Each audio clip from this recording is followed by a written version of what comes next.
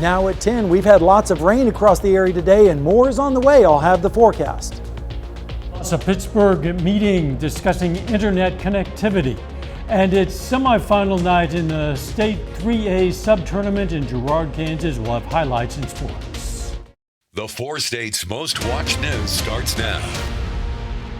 Storms continue across the 4 states with a risk of flooding in some areas. This is KOAM News at 10. I'm Dow Quick.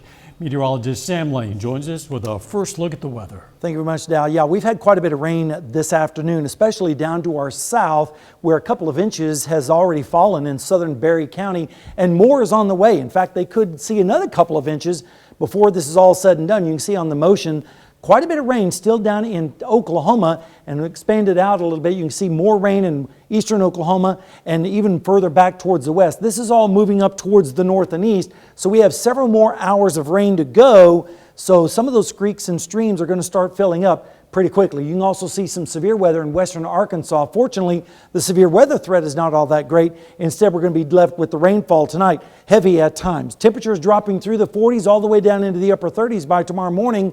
In fact, we could see a mixture, especially up towards the north and west. Not a big chance of snow across the area. That's good news. We have a warmer weekend in store, and I'll have all the details on that in just a bit. See you soon.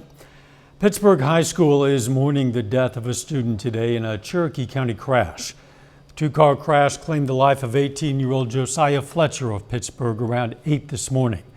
According to the Kansas State Highway Patrol, Fletcher was going east on K-171 near Northeast 90th Street, made a U-turn, and was hit by a semi. Fletcher died at the scene.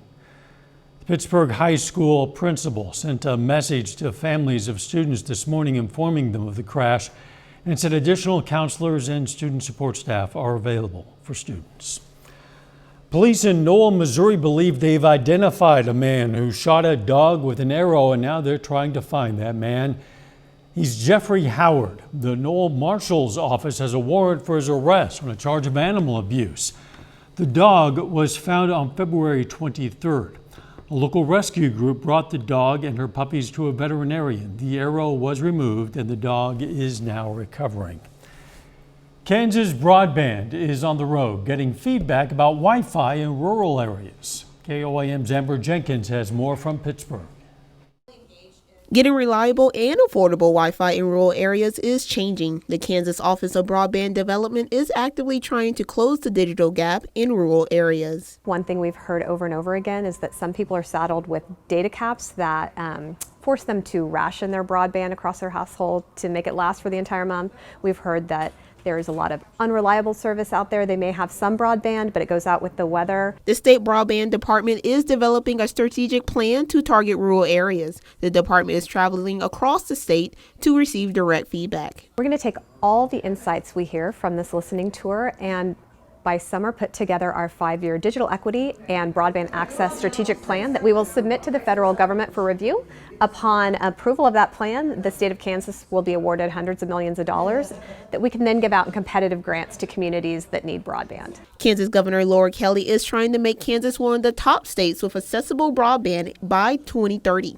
Hearing feedback from Kansas in rural areas will help tailor the state's strategy plan. And it's because we need to be really thoughtful about how we spend these funds. This is a historic level of funding, a once-in-a-lifetime opportunity to shore up the digital divide in Kansas, and we need to make sure we're hitting the populations and the groups that are historically disconnected and have been left behind in this digital divide. Reporting in Pittsburgh, Amber Jenkins, KOAM News. The Kansas Office of Broadband Development is also planning to improve broadband infrastructure in southeast Kansas. Some Joplin High School students will show off their skills in trade, technical, and skilled service occupations later this month. Skills USA, a nonprofit national education association that helps students prepare for their future, will have 33 students from Joplin's Franklin Technology Center competing at the state level. Technology Center officials say this is a good amount of participants as they've been trying to get more student interest, especially after COVID. They say businesses have shown an interest in students with drive and skill. Some students are already getting experience in businesses. It really has a lot of use in every day, and you can go right out of high school into a job, and you don't have to spend a lot of money just to go to college and then maybe find a job, but you still get a job and a good education. McCaskill will compete in auto collision repair in the Skills USA State Leadership and Skilled Conference held at the end of this month. Freeman Health System introduced a very special guest to kids at the Freeman Learning Center. You know that guy. That was the Cat in the Hat. I've known him since he was a kitten. The Cat in the Hat paid a visit to the Freeman and Cat in the Hat reading event. Along with the Cat in the Hat, Paula Baker, Steve Grady, and Dr. Adam Fahrenholtz read their classic Seuss favorites to a room full of Freeman Learning Center students. Kids also had the chance to pose for pictures with the Cat in the Hat and enjoy snacks and drinks. First of all, we want to honor Dr. Seuss for the amazing books that he has written that are time-tested for children and families. And secondly, we want to encourage all children in the love of reading. The event is organized by Freeman Health System and Ozarks Public Television to help promote reading skills. Some students in Carthage took a flight to Japan this morning, sorta. They never actually left the ground or went to an actual airport, but they did simulate the experience. The Fairview Elementary students did everything from going through security to checking in their luggage, finding their seats, and enjoying some in-flight snacks. It's all part of a lesson they're learning on Japan and its culture. I learned about how there's like those little tower things that stand up, and the mountain, that Mount Fuji, that never erupted in a while. As part of their lesson on Japan, the students also learned how to use chopsticks. Coming up, the verdict in the high-profile Alex Murdaugh murder case.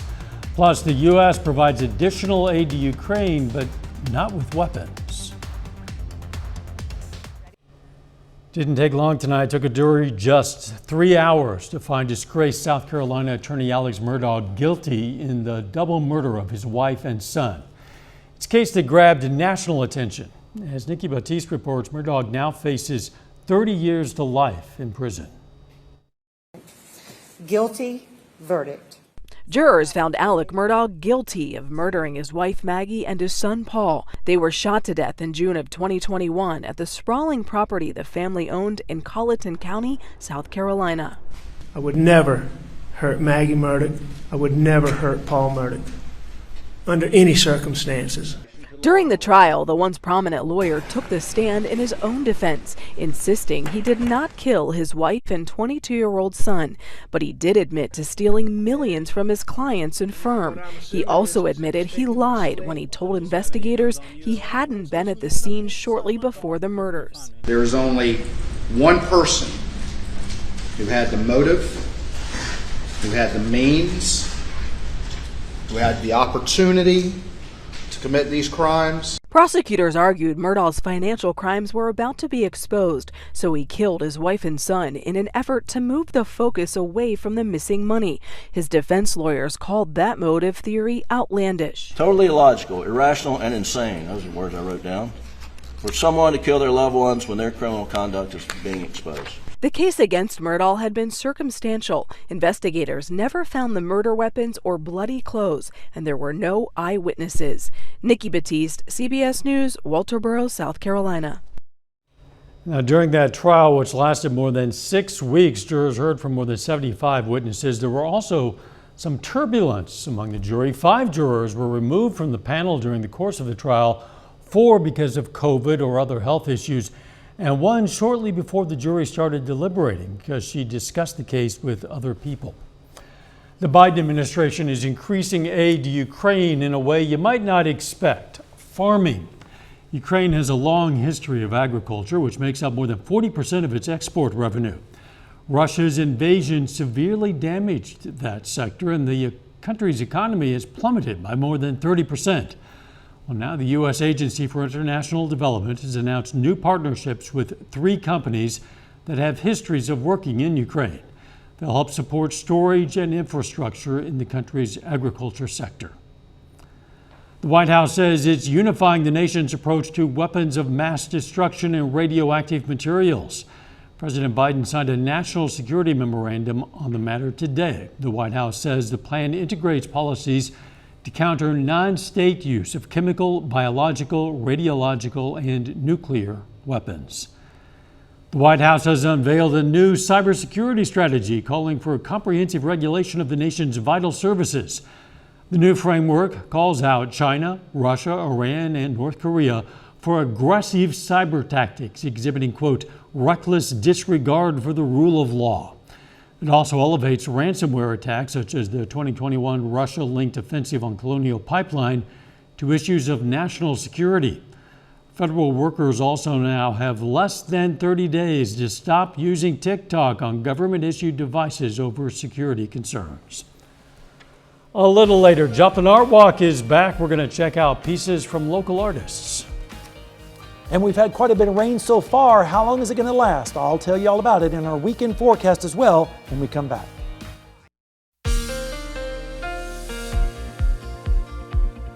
Well, it has been a wet start to March across the area with lots of rainfall, even some hail earlier down in Miami and even in southeastern Kansas. Right now in Seneca, Missouri, at Indigo Sky Casino and Resort, you can see the wet pavement there. Quite a bit of rain down that way. In fact, southern Missouri is where the really heavy rain has been falling today. 53 was our high after starting out at 38, which was pretty close to the normals of 55 and 33 degrees for this day. Radar right now showing the heaviest rain stretching from near Monette down to Branson, and then a little bit of a break, and then there's more rain down to the south in eastern Oklahoma, taking a little bit closer in view. You can see the rain extending all the way from Tulsa down to Fort Smith. All of that is advancing towards the north and east. So we have several more hours of rain to go before it all ends tomorrow morning. Temperatures right now are in the 40s, lower 40s up to the north. And when you factor in the wind, it feels a lot colder out there. And with the rain falling, it is a pretty raw evening. Feels like 34 in Lamar, Nevada, Stockton as well. 36 in Parsons is what it feels like. Feels like 42 degrees for our friends down in Jay. And when you look at the dew points, we're looking at dew points in the 40s down to the south, 30s up towards the north. And temperature right now in Joplin, it's 44 degrees, but it feels like 37 with that east wind at 16. So it's got a little of a bite to it. Humidity is 89% on the hour. In Pittsburgh, you can see the wind flying there with the flag, 41 degrees. Feels like 36 though, and the humidity is at 100%. All right, severe weather tonight is not going to be a factor really for us. It's going to be down to the south where it is ongoing. In fact, several tornadoes in northeastern Texas, some damage in South Shreveport earlier this evening. A marginal risk does extend up into our area, but the main threat is going to be the heavy rainfall and then maybe a slight chance of some small hail. Not really worried about tornadoes or high winds with tonight's event. Rainfall chances tonight are going to be high. Then they start to drop off towards the morning before we might see a few flakes out there tomorrow morning, especially up towards the north and west with temperatures in the 30s with the rain ongoing, but should be ending by around mid-morning. And then by afternoon, that all goes away. Temperatures in the 40s and 50s with northerly winds. And then as we go through the overnight hours into Saturday morning, we'll see lows in the 30s on south winds. Then Saturday afternoon, not too bad. Temperatures in the mid to upper 50s, even approaching 60 down to the south. And then as we head through Saturday night into Sunday morning, we'll see lows in the 30s and 40s across the area. Additional rainfall amounts, maybe an inch or two down to the south on top of what they've already received, lesser amounts as you go back towards the north and west. Over the next 7 days, we have rain tonight, maybe mixing over with some snow in the morning. Not really excited about that at this point. And then as we head towards the weekend, much warmer conditions. Look at that, 71 by Monday, but then another chance of rain early next week, and then a little bit below normal next week. That's what the models seem to be hinting at. So winter is not giving up the ghost quite yet. I guess not. Multiple chances for more precipitation Yes, sir. in next week. Thanks, Sam.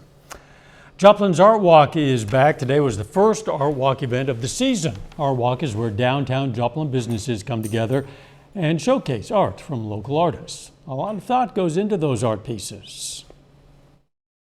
Seeing the joy when people find something that they like and it's important to them. Secondly, it's the joy that I get in creating the piece.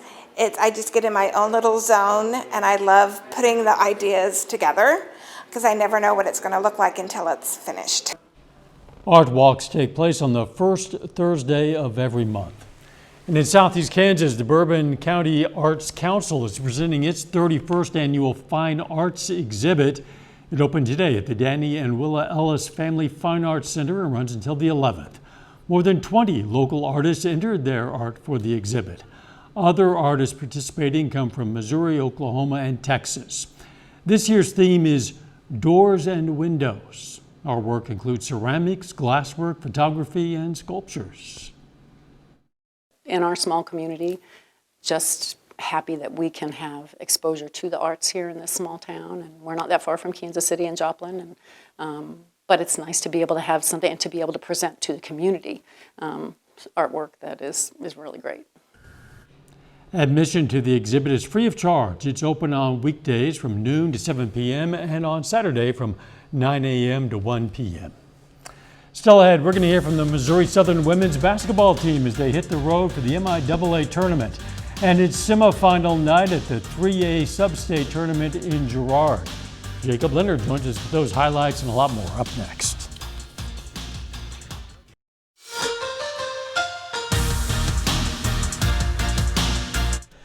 The Missouri Southern men's basketball team hits the floor today in the quarterfinals of the MIAA tournament. The Lions opened the tournament yesterday by beating Northeastern State 70-60 in the first round. And tonight, Southern faces Central Oklahoma in the quarterfinals. The Lions swept the Broncos in the regular season. Tonight, though, it's UCO winning 76-60. Avery Taggart, though, big game for the Lions. He finishes with 26 points. Southern finishes the season with a 17-13 overall record. Now in the women's bracket, we have a rivalry game tomorrow night in the quarterfinals in Kansas City. Missouri Southern faces Pittsburgh State, with the winner moving on to the tournament semifinals. And the Lions hit the road to Kansas City earlier this afternoon. They're the 5 seed in the bracket. The Gorillas are the 4 seed. Missouri Southern dropped both regular season meetings with Pitt State, falling by 8 in Joplin and by 10 in Pittsburgh. Now here's the team on what they took away from those 2 losses and what they need to do tomorrow night to move on. They got downhill so much and got into the paint. They got so many kids that drive the basketball in their dribble drive offense that did a great job of getting into the paint, either finishing at the basket, dumping off to Gerber, their big kid, or kicking it out for a 3-yard re-attack. And we didn't do a good job of keeping them out of the paint. One of the main things is that they just wanted it more than we did. I mean, if you look at the 50-50 balls where, it could go one way, it could go the other, they beat us to all of those. And they just, all played super hard, which you got to give credit to them. They're a team that plays super hard. And so I think what it's going to come down to is the team that wants it more. Tonight is semifinal night at the girls 3A Sub-State tournament in Girard. The Cherryville Chargers are the number 1 seed in the bracket, cruised by Baxter Springs in the first round on Monday. The Cherryville faces another CNC team tonight in the semifinals, hitting the floor against Galena. The Chargers off to a fast start. Kelsey Lance drives and gets it to go. She scores 15 tonight. And moments later, Lance to Cadence Foreman in the corner. 3 is good. Cherryville scores the first 5 points of the night. Other end, Galena hangs around. Mia Sarwinski pulls up and buries the 3. 32 points tonight for Sarwinski. Bulldogs within 1, but Cherryville would close this thing out. Jaylee Reister open for the jumper. She leads the Chargers with 16.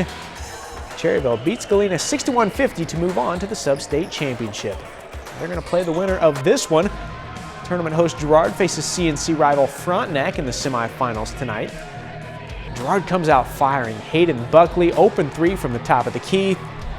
Then Riley Brooks, another long ball for the Trojans. They jump out to a 6-0 lead. Here comes Frontenac. Hattie Pyle, straightaway 3 goes down. The Raiders back within 1 going to the second. Now in the second, Pyle gets it ahead to Kinley Lakey for the easy 2. Frontenac comes back to lead by 2 at the break. Then in the third, more from Hattie Pyle. She steals the cross-court pass and heads the other way, eventually finishes it off. 19 points for Pyle tonight. Then we're going back to Kinley Lakey. She's good from the corner. Lakey scores 12. Frontenac pulls away from Girard 55-41. The Raiders will face Cherryville for the Sub-State title on Saturday. I love this time of the year. We've got basketball playoffs in college, basketball playoffs in high school. It's a fun time of the year. And you get to go to a fun one tomorrow night. I'll be there. We'll be right back.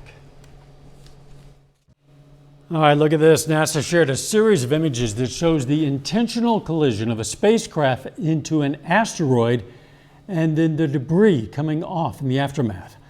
The Hubble Space Telescope and other telescopes had a ringside view and provided these images, which start more than an hour before the collision. After impact, the debris created a comet-like tail. Unexpectedly, just a few weeks after impact, the tail then split into two. The goal was to change the speed of the asteroid, which turned out to be successful. It's good to know we can do it. Yeah, kinetic impact. Yep. Yes, indeed. And get it that far out, and a little nudge makes a big difference. A huge difference. Right. Let's take a look at the forecast. We are expecting rain tonight, maybe a mixture tomorrow morning. Wouldn't really put my big hopes on that. Warmer over the weekend, and then another chance of winter-like precipitation next Thursday. Final sports notes. Well, Pitt State of Missouri Southern women, we told you they play tomorrow at 6 in Kansas City. The winner of that one moves on to face top seeded Nebraska Kearney in the tournament semifinals on Saturday. And once again, you are going to be there covering that game, and you're going to have more for us tomorrow night. Hit the road tomorrow afternoon. I'll be there. Don't forget, the morning show starts at 5 a.m. Let's make it a great tomorrow.